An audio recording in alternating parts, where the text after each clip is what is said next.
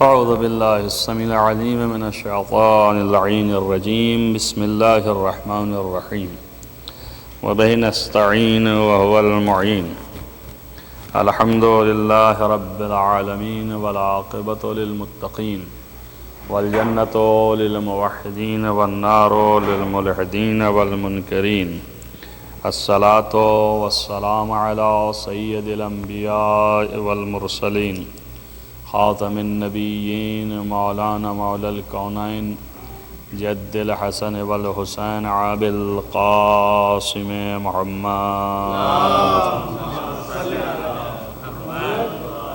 ولا سیما علی ابن عمہ ووزیرہ ووصیہ وخلیفتہ مطلوب کل طالب کالب کل غالب مولانا علی بن ابی طالب وعلى آلہ الطیبین الطاہرین المعصومین المظلومین الذین اذهب اللہ عنہم الرجس وطہرہم تطہیرا ولعنۃ اللہ علی اعدائہم اجمعین من یومنا ھذا الی قیام یوم الدین اما بعد فقد قال اللہ سبحانہ وتعالی فی کتابہ الحکیم بسم اللہ الرحمن الرحیم الحمد للہ رب العالمین صلوات پڑھیں محمد۔ گفتگو اس آیہ کریمہ کی ذیل میں چل رہی تھی یہ حمد الہی جو اس آیہ کریمہ کے اندر موجود ہے کہ الحمد الف اور لام حمد کے اوپر اضافہ ہے، لفظ جو ہے حمد ہے میم دال، اس پر الف لام علماء عرب جو کہ عربی زبان کے ماہرین ہیں اس کے قاعدے کے مطابق یہ بیان کرتے ہیں کہ جب الف لام آتا ہے تو کئی قسم کا ہوتا ہے، منہم ایک یہ ہے کہ استغراق یعنی سارے قسم کی حمدیں جو ہیں وہ سب اس کے اندر محفوظ ہیں، بس الحمد یعنی تمام حمد تمام تعریفیں۔ کہ حمد اس لیے تکرار کرتے ہیں کہ عرض کیا تھا کہ حمد کے لفظی معنی نہیں کیے جا سکتے، فقط اردو میں تعریف جو ہے کیا، گرچہ وہ بھی پورا مفہوم ادا نہیں کرتا، لیکن پھر بھی بحث میری وہ نہیں ہے، ختم کر چکا ہوں۔ بحث یہ ہے کہ یہاں پر جو خداوند متعال ارشاد کر رہا ہے کہ ساری تعریفیں للہ صرف اللہ کے لیے ہیں، کسی اور کے لیے نہیں ہیں، ہر قسم کی تعریف جتنی بھی ہے وہ صرف اللہ کے لیے، یعنی حمد صرف اللہ کے لیے اور کسی کے لیے نہیں ہے۔ اس سلسلے میں چند دلیلیں ہم نے پیش کی تھیں کہ کیا وجہ ہے کہ صرف اللہ ہی کے لیے۔ ان میں سے کچھ دلیلیں عقلی تھیں کہ جو علماء نے اور مفسرین نے بھی ذکر کیا، کچھ اشارات تھے، کچھ دلیلیں شرعی ہیں یعنی قرآن اور حدیث اس سے بھی مستفاد ہے۔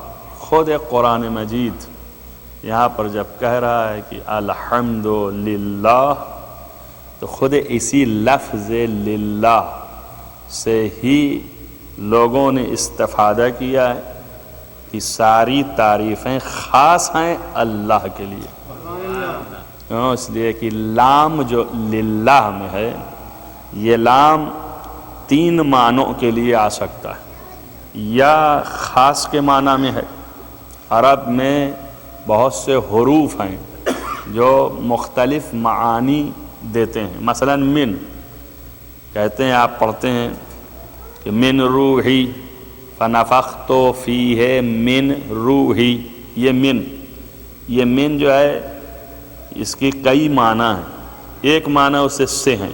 اس طریقے سے لام کے بھی کئی معنی ہیں، ان میں سے یہ تین مطلب یہاں پر ہو سکتے ہیں. یا لام اختصاص کا ہے یعنی معنی خاص دیتا ہے، تو اس کے معنی ہو جائیں گے کہ الحمد خاص للہ، یعنی الحمد خاص ہے صرف اللہ کے لیے. یا اختصاص کے لیے نہیں ہے تو ملکیت کے لیے، لام ملکیت کے لیے بھی آتا ہے.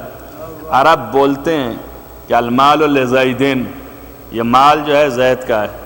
الدراہم لزیدین، یہ درہم جو ہے وہ زید کے لیے ہے، یعنی کیا، یعنی اس کی ملکیت. تو جب یہ کہا کہ الحمد للہ تو آئے الحمد ملک اللہ یا ملک للہ، یعنی یہ ملکیت ہے اللہ کی. اور جب ملکیت اللہ کی ہو گئی تو کسی غیر کو حق نہیں ہے اس وقت تک اس پہ تصرف کرنے کا جب تک اس کا اذن نہ ہو. اس لیے حمد کسی غیر کی حمد نہیں کر سکتے ہیں مگر یہ کہ خود خدا ہی نے کسی کی حمد کر دی ہو تو یہ اس کی عطا ہے، وہ اس نے دے دیا ہے، وَإِلَّا اپنے سے آپ نہیں کہہ سکتے ہیں. اور شاید اسی لیے کہ کوئی اور کائنات میں حمد الہی میں شریک نہیں ہو سکتا مگر صرف وہی کہ جس کو خدا نے کر دیا ہو.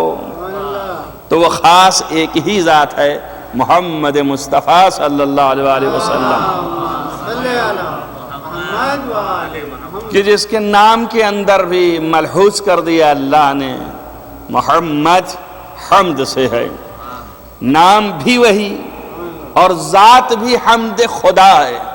اگر کل کی بات آپ کو یاد ہے کہ اصل میں حمد کے معنی ہیں اظہار صفات کمالی، یعنی وہ صفت جو کمال کے ہیں، علم و اقتدار کا اظہار کرنا عملی طور پر، یہ حمد ہو گیا. تو اللہ ہی حقیقی حامد ہے. تو جو اس نے اظہار کیا اپنے کمال صفت کا، سب سے پہلے اپنے علم، اپنی قدرت کا جو اظہار کیا، وہ اظہار کا مظہر محمد مصطفیٰ صلی اللہ علیہ وسلم ہوئے. تو ذات محمد بھی حمد الہی اور نام محمد بھی حمد الہی اور صفات محمد بھی حمد الہی. تو یہ صرف اللہ کی عطا ہے. وَإِلَّا حمد صرف خاص اللہ کے لیے. یا حمد میں جو للہ کی لفظ آئی، اس میں لام بمعنی حق ہے، تحقیق، یعنی یہ کہ الحمد حق اللہ یا الحمد حق للہ، یعنی صرف حق اللہ کا ہے، کسی اور کو حق نہیں ہے کہ آپ تعریف کریں. ہم نے اشارہ کیا تھا کہ ساری تعریفیں الحمد، الف لام کی وجہ سے یہ ترجمہ کرنا پڑا کہ ساری تعریفیں، ساری مدحیں، ساری ثنا اللہ کے لیے ہے مخصوص. وہ اس لیے کہ ہر شے اللہ کی ہے مخلوق اور ہر شے قدرت الہی کا مظہر ہے. چونکہ اللہ نے خلق کیا ہے وہ پتہ دیتا ہے اللہ کی قدرت کا، اور چونکہ قدرت الہی کا پتہ دیتا ہے لہذا قابل مدح ہے. چونکہ قابل مدح ہے تو ہر شے ممدوح ہے. جب ہر شے ممدوح ہے تو اس کی نسبت سے ہر جگہ اظہار قدرت الہیہ ہے تو وہ قابل حمد ہے. تو ساری تعریفیں اس اللہ کے لیے ہیں اور کسی کے لیے نہیں. اور اس کے علاوہ قرآن خود کہتا ہے وَلِلَّهِ الْحَمْدُ وَلِلَّهِ الْحَمْدُ رَبِّ السَّمَاوَاتِ وَرَبِّ الْأَرْضِ رَبِّ الْعَالَمِينَ. یہ آیہ کریمہ خود بتاتی ہے کہ حمد مخصوص ہے صرف اللہ کے لیے. کیوں؟ اس لیے کہ لفظ حمد سے پہلے اللہ کی لفظ آ گئی. جب پہلے کہہ دیا للہ، کہنا اس طرح چاہیے، پہلے کہا نا الحمدللہ، لیکن اس طرح کے بجائے سیدھے کے بجائے اس نے کہا للہ الحمد. تو قاعدہ یہ ہے کہ جب کسی چیز پر زور دیتے ہیں تو پہلے اس کو ذکر کرتے ہیں، بعد میں وہ چیز کو لاتے ہیں. پہلے نام ذکر کیا، ایسا ہی جیسے اسی آیت میں ایاک نعبد ہونا ہی چاہیے تھا کہ نعبد کا یعنی اے خدا میں تیری عبادت کرتا ہوں، مطلب تو یہی ہے نا. لیکن جب کہا ایاک نعبد تو معنی ہو گیا کہ خاص کر تیری کرتا ہوں عبادت. لفظی ترجمہ یوں ہوا یعنی یہ کہ خصوصیت پیدا ہو گئی کہ خاص کر تیری عبادت کرتا ہوں. اور اسی طریقے سے یہاں للہ الحمد یعنی خاص کر اللہ کے لیے ہے ساری حمد. بس قرآن کی آیت جو ہے خود ہی مخصوص کر رہی ہے، حصر کر رہی ہے کہ یہ حمد خاص کر اللہ کے لیے ہے ساری کی ساری، مگر ایک صفت کے ساتھ. دلیل وہی ہے، کون سی صفت کے ساتھ؟ رب السماوات، رب السماوات والارض. جب سماوات کہہ دیا یعنی تمام آسمان کا پروردگار، تمام آسمان کا پالنے والا. میں جب اس کی تفسیر میں آؤں گا رب العالمین کی تفصیلی سے، لیکن پھر اتنا صرف ذہن کو پہنچانے کے لیے مطلب کہ رب کے معنی مربی یعنی تربیت کرنے والا. ترجمہ یہی کر رہے ہیں نا عام طور سے، تو پس معلوم ہے کہ رب تربیت سے ہے. تربیت کے معنی کیا ہیں؟ تربیت کرنا، تربیت کرنا دن و رات ذاکروں کے منہ سے بھی سنتے ہیں، آپ بھی تکرار کرتے ہیں. 24 گھنٹہ جو ہے جب ذاکر آتا ہے تو کان میں پھونکتے ہیں کہ تربیت کے بارے میں بولیے، اور تربیت کے بارے میں بول کے چلا جاتا ہے. لیکن تربیت، مربی، رب، اس کے معنی سمجھے آپ؟ تربیت کے معنی ہے کسی چیز کو اس کی استعداد سے کمال تک درجہ بدرجہ رفتہ برفتہ صاحب کمال بنانا. یہ ہے تربیت. یعنی اگر کوئی شے استعداد رکھتی ہے کہ عالم بنے، ابھی اسے علم نہیں ہے، وہ جاہل محض ہے، جہالت ہے، لیکن ایک استاد اس کے ساتھ بیٹھ کے اسے کسی بھی فن کا علم دھیرے دھیرے تھوڑا تھوڑا سکھا کر کے اور اسی فن میں حد کمال تک پہنچا دیا، تو اس فن کا یہ استاد اس شاگرد کا مربی ہوا. پس معنی ہے تبلیغ الشیء الی کمالہ شیئن بشیئن، یعنی تھوڑا تھوڑا چیز کو اس کو بحد کمال تک پہنچانا. پہلے استعداد ہو پھر کمال تک پہنچائے، اور یہ استعداد ہوگی، صلاحیت ہوگی، تبھی کمال تک جانے کی پہلے صلاحیت تو ہو، پہلے صلاحیت ہو، پھر ایک ہو جو پہنچائے، اور بیچ میں ایک چیز اور ہو کہ کوئی چیز ایسی نہ ہو جو منع کر رہی ہو اس کو پہنچنے میں. مثلا مثال کے طور پر اگر یہ زمین میں آپ خرمے کی گٹھلی ڈالیں تو پھر خود اس گٹھلی کے اندر صلاحیت ہونی چاہیے کہ پاؤ پھوڑ سکے. اگر یہ خود جو ہے پہلے سے گندیدہ ہے، پہلے سے خراب ہے، پہلے سے سڑی ہوئی ہے، تو چاہے جتنا مٹی میں ڈالیے اس کو کبھی پاؤ نہیں پھوڑے گی. تو معلوم ہے اس کے اندر صلاحیت ہونا ضروری ہے. اور صلاحیت ہونے کے ساتھ کوئی ایسا بھی ہو جو مٹی میں اس کو ڈالے، ایسا بھی ہو کہ پانی دے، ایسا بھی ہو کہ وہاں کی گھاسیں اس سے دور کرے، ایسا بھی ہو کہ اس کو قوت پہنچاتا رہے تاکہ اس کے کہ یہ درخت صحیح اور سالم ایسا ہو جائے کہ پھل آور ہو جائے. تو یہ مربی ہوا اور وہ استعداد ہوئی. لیکن جو بیچ میں پانی اگر نہ دیتا تو یہ ختم ہو جاتا، بوقت دھوپ نہ پہنچتی تو یہ تانیس تو نابود ہو جاتا.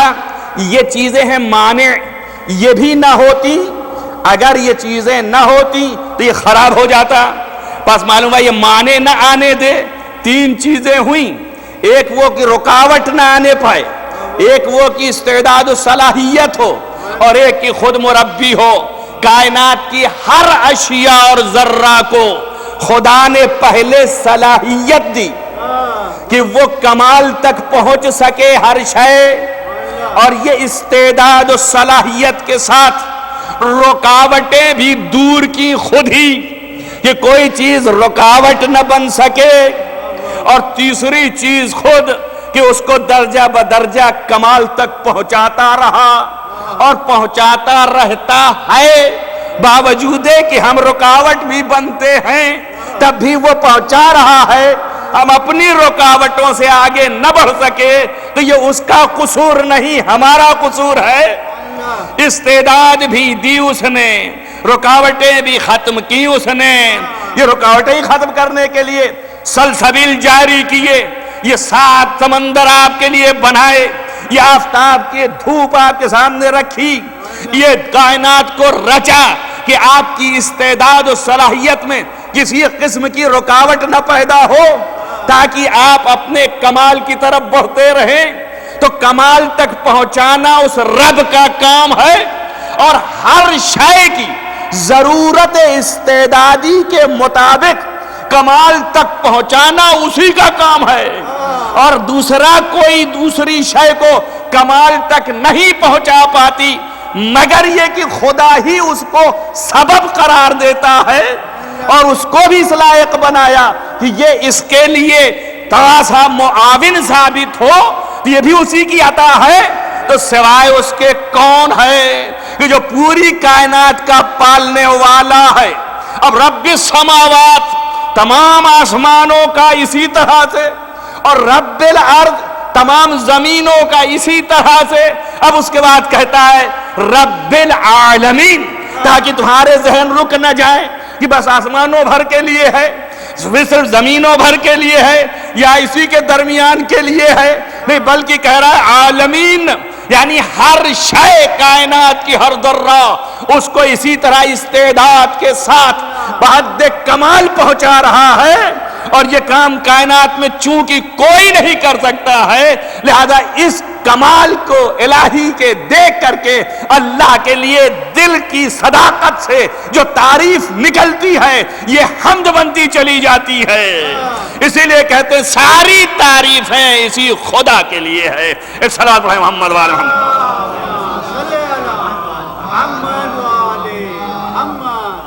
بس اللہ جو ہے وہ رب تمام کائنات کا، اور ساری تعریف اسی کائنات کی پرورش کی بنیاد پر۔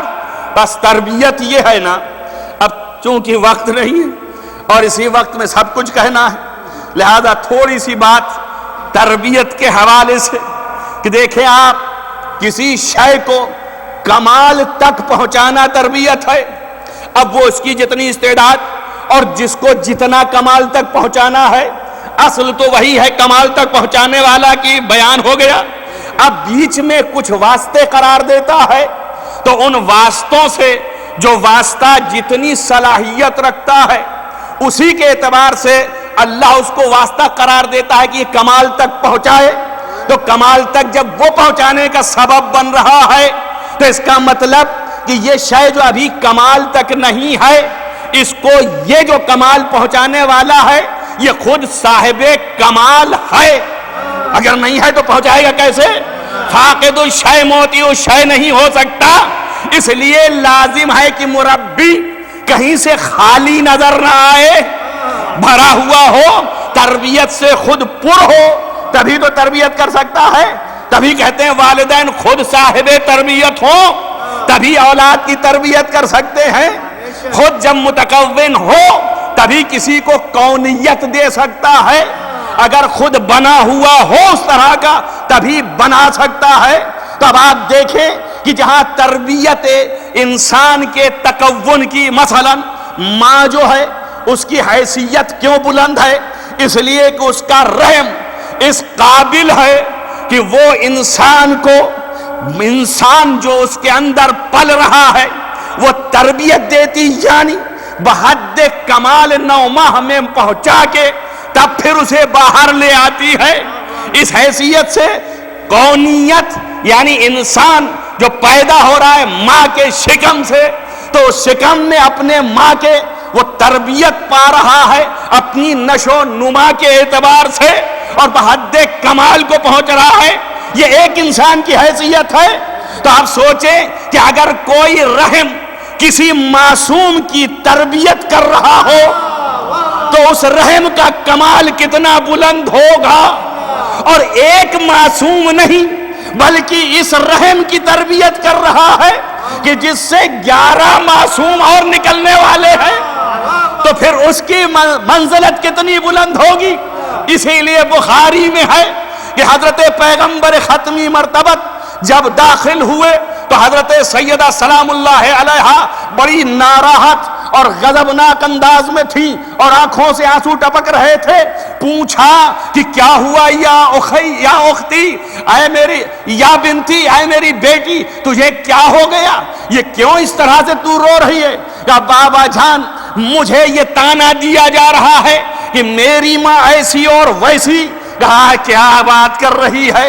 کیا تیرے لیے اتنا کافی نہیں ہے کہ انا بطنا ام کے کانا للامامت وعاءن، تیرے ماں کا رحم امامت کے جگہ ہے، امامت کے پلے کا ظرف ہے؟ کیا اتنا کافی نہیں ہے؟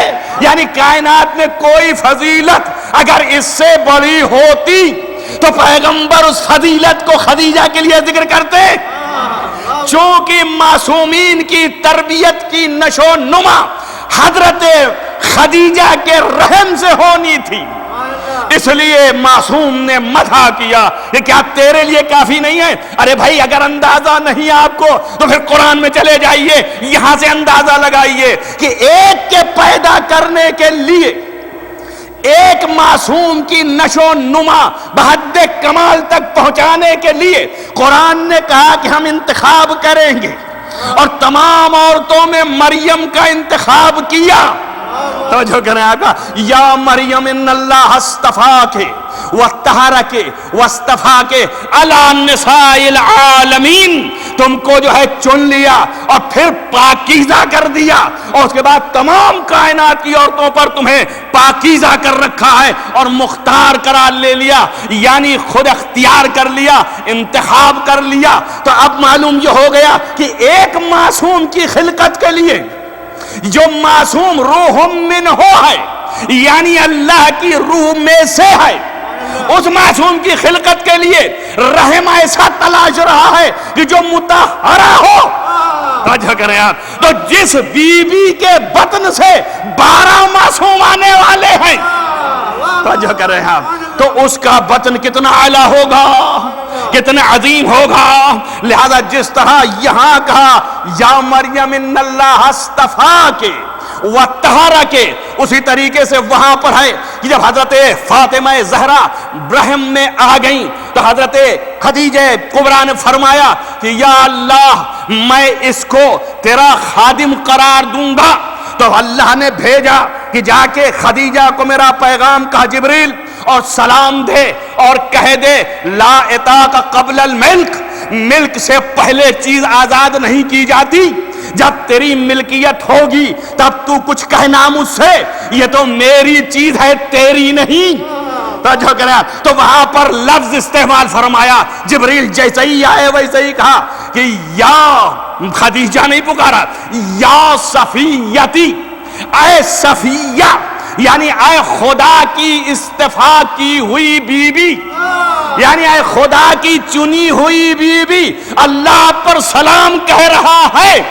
توجہ کریں آپ، یہ عظمت تو ملاحظہ کریں کہ جب ملائکہ مریم کو پیغام دے رہے تھے ان اللہ اصطفیٰ کے، تو وہاں پر مریم کو سلام نہیں کہا، لیکن خدیجہ کو آئے تو سلام خدا دلوایا کہ اللہ سلام کہہ رہا ہے، اور یہ کہہ رہا ہے یہ ملکیت میری ہے تیری نہیں، میں اسے جو چاہوں گا کروں گا، تجھے کوئی نظر کرنے کی ضرورت نہیں۔ تو اب میں کہہ سکتا ہوں کہ مریم سب کمال کے بعد کچھ بھی ہو جائے نظر ہے یوحنا کی، لیکن خدیجہ وہ ہے کہ جس کی بیٹی یعنی فاطمہ وہ نظر یوحنا کوئی بندے کی نظر نہیں ہے، بلکہ ملکیت خدا وند متعال ہے۔ ابھی بات کو پھر سمجھیے گا، اگر آپ میری چیز کو آپ لے جائیں اور لینے کے بعد تحفظ کریں اور بچائیں اور بچانے کے بعد رکھیں اور حفاظت کریں، اور جب میں لوٹ کے آؤں تو مجھے دیں اور کہیں یہ آپ کی چیز جیسے دیا تھا اس سے بہتر میں دے رہا ہوں، تو آپ بتائیے میں خوش ہوں گا یا ناراض؟ آپ بتائیے کیا ہوگا؟ تو بس یہ ہے ملک الہی، جب ملکیت حضرت زہرا اللہ کی ہو گئی تو اب جب رحم خدیجہ میں تکون پایا تو خدیجہ نے بحد کمال بشری پہنچا کے پھر حوالے کیا. توجہ کریں یار. تو اب اللہ کے اوپر احسان ہو گیا کہ نہیں ہو گیا؟ چونکہ احسان ہو گیا لہذا محسنہ ہو گئی. جیسے اس نے رسول کو اپنی آغوش میں بحد بشریت اس طرح تربیت کر کے بحد کمال پہنچایا تو محسن اسلام بنا، ویسے ہی یہ خدیجہ محسن اسلام ہی نہیں بلکہ محسن خداوند متعال بن گئی. اور نتیجہ یہ ہوا عظمت ماں بیوی کہ جس کے لیے مختصر لفظیں یہ ہیں کہ فرمایا، جسے بخاری نے بھی کہا کہ پیغمبر نے فرمایا کہ ماں کمولا یعنی کامل نہیں ہوئی کوئی بیوی دنیا میں، ماں کمولا من النساء عورتیں کمال کو نہیں پہنچی الا اربعتن سوائے 4 عورتوں کے کہ یہ کمال کو پہنچی ہیں، یعنی جو کمال خدا کی نگاہ میں ہے. اولہا خدیجہ، ان سب میں پہلی خدیجہ ہے، دوسری آسیہ ہے، تیسری جو ہے وہ مریم ہے اور چوتھی فاطمہ ہے. اولہا خدیجہ، خدیجہ کا درجہ ان دونوں سے بلند ہے اور ان سب میں اعلیٰ تر فاطمہ زہرا ہے. چنانچہ فرمایا سب سے افضل ہے حضرت خدیجہ وہ بی ہے کہ جس نے ساری دولت چونکہ اللہ نے منتخب کر لیا اپنی خدمت کے لیے، تو جب منتخب ہو گئی تو دل سے، جان سے، مال سے، جیسے ہم کہتے ہیں مال و متاع، تن من دھن، ہر طریقے سے اللہ کی بارگاہ میں آ گئی اور اس نے جتنی دولت تھی وہ بھی راہ خدا میں لٹا دیا اور جتنی جان کی قوت تھی وہ بھی راہ خدا میں لٹا دیا.